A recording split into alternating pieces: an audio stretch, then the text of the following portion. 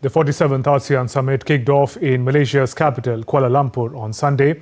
Nearly 24 world leaders are engaging in intense diplomacy over the next 3 days on issues pertaining to trade, security and regional stability. Apart from the ASEAN summit and the East Asia summit, ASEAN will also hold separate conclave with leaders of key powers. East Timor was formally admitted to ASEAN in the group's first expansion since the 1990s. Here's more.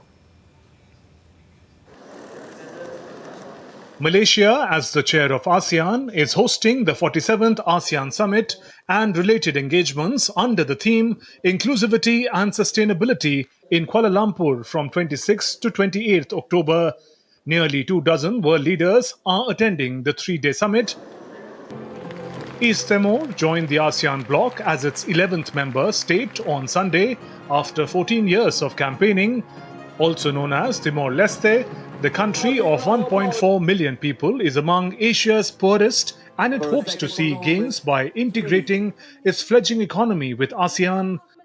Malaysian Prime Minister Anwar Ibrahim welcomed East Timor to the ASEAN family and said it reaffirmed ASEAN members' shared destiny and deep sense of regional kinship. To President Ramos Horta, Prime Minister Zadana Gusmao, its place here completes the ASEAN family, reaffirming our shared destiny and deep sense of regional kinship. Within this community, Timor-Leste's development and its strategic autonomy will find firm and lasting support. In an emotional speech, East Timor Prime Minister Zanana Gusmao said it was a historic moment for his country with a new beginning. Timor-Leste has been admitted as the 11th member state of ASEAN.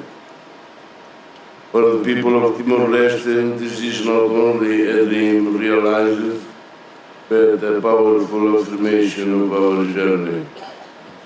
On behalf of the government and people of Timor-Leste, I extend our deepest gratitude to all ASEAN member states, to the ASEAN chair, the ASEAN Secretariat and our dialogue partners.